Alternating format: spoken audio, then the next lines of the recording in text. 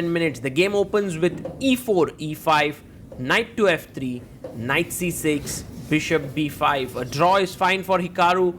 Magnus plays the Ruy Lopez and bishop c5 variation, which was also played in the main game. In the main game, Magnus had gone c3 instead of castles, but here, after knight e7, Magnus chops off the pawn. Knight takes, and you have d4. This is all well-known theory, and that's why Hikaru is blitzing it out, takes, and although Magnus has two bishops, the threat now is c5, c4, winning this very important bishop on b3, which is the reason why MagnusCarlsen has stopped in his tracks a bit. Here, one of the main moves is f4, and then the game continues c5, queen moves away, often c4, trapping the queen, trapping the bishop. But let's see what Magnus is doing here. Maybe he has some prep which he's trying to remember. This is a very important moment of the game, because if he does not get anything out of the opening, it's very difficult to outwit a player like HikaruNakamura. Magnus goes c3, and Hikaru is still in his prep. He goes castles. That's amazing. c3 idea is that you make a square for your bishop on c2, and now Magnus plays bishop f4, and there you can see Hikaru trying to look away, trying to remember his prep. This is not a very common move, bishop f4, because generally you want to put your pawn there, but Magnus has kind of understood that he can pull back his bishop and then play f4. Bishop comes to b7. Hikaru's moves have been very natural. He gains space, attacks e4, Magnus defends it. There's only one problem in black's position, and that is the d6 pawn. It's backward, but all other pieces are excellent. Knight g6 makes a lot of sense, but Hikaru goes queen c7. Maybe not the best move there, but it's logical. You know, he wants to bring his rooks into the center of the board, maybe push the bishop away. Knight can then settle down on d3 perhaps. Magnus brings his bishop back to c2, and Hikaru brings his rook out. And you can see that d5 is a move that can become an idea later on, but Magnus is not really afraid of d5, especially with this pin which is coming in. Knight comes out to d2. White definitely has a small pull here, especially because for black it's not so easy to execute the move d5. Also, this bishop on this diagonal is quite well placed. You can see that even if it is attacked here, you can push it back to g3 and then later on play f4. Hikaru plays queen c8. And what is his idea here? Maybe is he trying to go queen g4 to trade queens? Could be one of the ideas in this position, to bring the queen to g4. So Magnus goes queen h5. Very interesting move, because now if you play queen g4, I can take and play bishop g3, later on f4, and also the break with a4. So playing the queen to g4 might not be a good idea. Logical move is to bring your knight to g6. Time wise, Magnus has 7 minutes 58 seconds and Hikaru has 5 minutes 30 seconds around. So Magnus has kept his time lead around 2.5 minutes, which is an important thing if you want to outplay your opponent. Rook e8 played here by Hikaru, just improving the position of his rook. Magnus also brings his rook into the center of the board. Rook d1. And now maybe it's time for knight to come to g6. You can see that Hikaru has not been very forthcoming with this move knight g6, which looks the most natural, because he knows that Magnus wants to pull back his bishop to g3 and then push f4. So he is planning to be ready with his next move. So knight g6, and now of course Magnus pulls his bishop back and Hikaru has his next move prepared, c4. This is very interesting, because if f4 now, he wants to just put the knight in, and this one, you know, with the queen coming in here with a check, this looks fine for black. So that was his idea, to push knight to d3.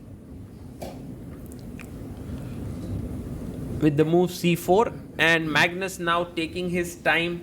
One idea, of course, is to play f3 and really strengthen the pawn chain there. The other idea is to kind of move your knight to f1 to e3, look at the d5 and f5 squares. These are few options that are there in the position, and this time Magnus taking his time because he has a 3-minute time lead for the time being, and this is where you must use your time well. This is where you must find ideas which can help you win the game. And I like how Magnus sits down in his pose with his hands on his cheek, while Hikaru has this typical chess player pose. What is Magnus going to do next is the question. Let's try to analyze a bit with f4, knight d3 takes, bishop takes. What move? You can't really move your knight because e4 is hanging. So it's an uncomfortable position, to be honest. You know, like I can't even move my bishop away because knight takes f4 is hanging.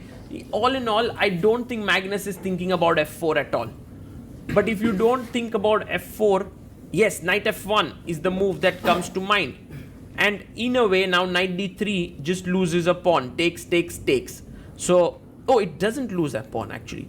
Knight d3, bishop takes, pawn takes, rook takes, and then the e4 pawn is hanging. Aha.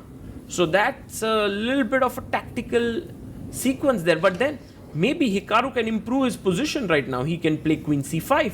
This is an excellent move because then there's no f4 coming in.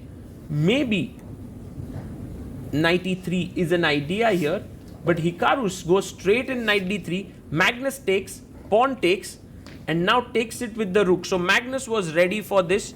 He was well prepared.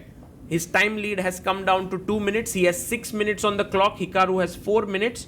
And now Hikaru can go ahead and snatch the pawn on e4. Because yes, if Magnus gets the move f3 and then d6 pawn is weak, that's problem. But by the way, can we go d5 pawn break here? The problem is e5 and white has clear advantage here. So that's the reason why Hikaru takes the pawn, rook takes, bishop takes. And now, do you go and take this pawn? He goes rook d4, improving the position of the rook. The main problem is if you took on d6, rook d6, bishop d6, there is bishop g2, king g2 check, and you lose the bishop.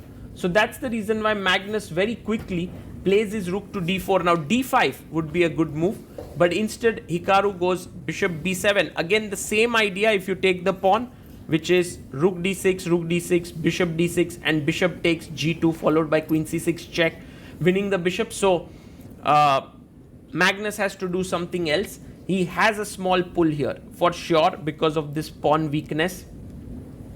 But is it enough to win? Also, there are opposite colored bishops in the position. So how should white continue here is the question. What is the move that white can play? And Magnus is thinking. Hikaru hydrates himself with water. 3 minutes on the clock. Magnus down to 5 minutes. He needs to figure out how does he want to place his pieces, because a natural idea is to play knight e3. You know, the knight will be very well positioned on the e3 square. The other idea is to pull back the queen to d1 and attack the pawn on d6. And you can see MagnusCarlsen there. He knows he has a small edge here. Also, you know, moves like h4 should not be underestimated, because later on you can move your queen and push h5. So these are all the possibilities that are running in his head. And finally he decides on queen d1 after spending 1.5 minutes on the clock. Now Hikaru must push his pawn to d5, because then even though his bishop is quite passive, knight comes to e3, the position remains equal in terms of material. So this is an important moment for Hikaru. With 3 minutes on the clock, Magnus has posed him with an important question. Do you want to give up your pawn and have active pieces, or do you want to save it and keep your bishop passive? Well, this is an important question here, and there is no real right answer or wrong answer apart from the fact that you have to calculate your way out of it and assess the position well. Hikaru decides against saving the pawn, which actually the engines do not prefer. He's given up the pawn and he thinks that it will give him good drawing chances because of the opposite colored bishops. Magnus has a choice to take with the bishop or with the rook.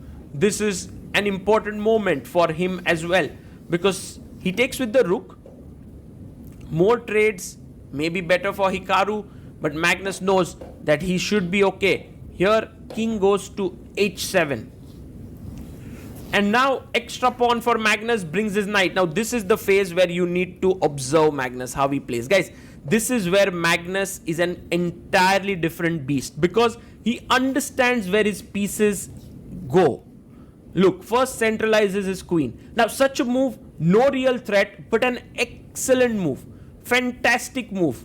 Just understands it well. Queen c6, f3. Blunts the queen and the bishop. Now attacking the a2 pawn. You can see Hikaru giving maximum resistance. Knight e7 played. Wants to trade with knight d5 or knight f5.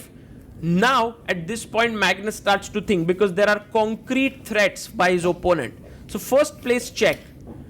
Now Hikaru can go back with his king, which is maybe the best move in the position. But you can see that with 2 minutes on the clock, he also has to make some very tough decisions here. He goes queen g6, offering a trade. Will Magnus go queen d7, which is possible? But also trading the queens is not particularly a bad idea, especially with the fact that you have a ready-made plan with c4 to create a passer. Let's see what Magnus does. 3 minutes on the clock for him. He takes on g6. Hikaru takes with the king and brings his king into the center of the board. Knight d5, of course, avoids the exchange of the knights. Pawn comes to f6. Magnus now plays king e2, improving his king. Hikaru also improves his king, but Magnus's king is faster. You can see that the d6 square is taken away and the king is entering this way, with c4 coming in. So Magnus having a clear advantage. Knight going back to e7, and Magnus just making sure the way in which he's converting this endgame is amazing. It's just literally a masterclass in how you activate your king. Now king c5. Why is Magnus thinking so much? Can he simply not enter there? Maybe he's thinking about the possibilities that black has for counterplay. But where is the counterplay actually? King c5, king b6, and already the king is very, very powerfully positioned. Magnus is calculating there with 3 minutes on the clock. Hikaru has 1 minute 30 seconds. The players are on move 37, which means they are 3 moves away from move 40, after which they'll get 1 second increment per move, which means that they won't flag easily. King c5 played. Hikaru now with 1 minute 20 seconds. Magnus with 2 minutes 20 seconds. Hikaru brings his king back to d7. Magnus brings his knight up. h5 played by Hikaru. And now king b6. Maybe just move in the king, or even c4. Why not? Yes. Pushes his pawn to c4. Creates a passer. An important question after Hikaru takes what to take with. He takes with the pawn so quickly. g5, king b6. Now c5, c6 could come in at some point. You can see Hikaru unhappy with his position. Magnus has put such pressure on him. Well, one idea is king c8. The other is bishop c6. Again, Hikaru choosing to be active but giving up another pawn. His point is, if you take here, he wants to play f5. So Magnus has to be careful. Maybe f5, f4, g4 is his idea. So Magnus goes bishop e1. And this time, if you play f5 in the position, bishop b4 is what he wants to play. So Magnus really understanding what his opponent's move is and trying to accordingly change his plans. h4, maybe threatening h3 to create some play here on the f3 pawn. Magnus has 1 minute 50 seconds. h3 is played here. And now knight g6. Bishop comes to c3, attacking this pawn on f6. while the knight on e3 defends the g2 pawn, so the knight on f4 can do very little damage. Hikaru pushes his pawn to f5. He has 26 seconds. Magnus has 1 minute 46. Knight takes. Knight comes back. So now he's 2 pawns up, completely in control. The third pawn is falling on a6. You can see that Hikaru's expression says it all. He's losing. He goes bishop a4. But now bishop to f6 seems like a very powerful move. Yes, he plays it. Knight comes back to defend the pawn. Magnus takes his third pawn. And this is all over. King d6, king comes back to b6, and Hikaru resigns. What a game by MagnusCarlsen, showing his endgame prowess. Hikaru tried his best, he gave up material, but Magnus has won, which means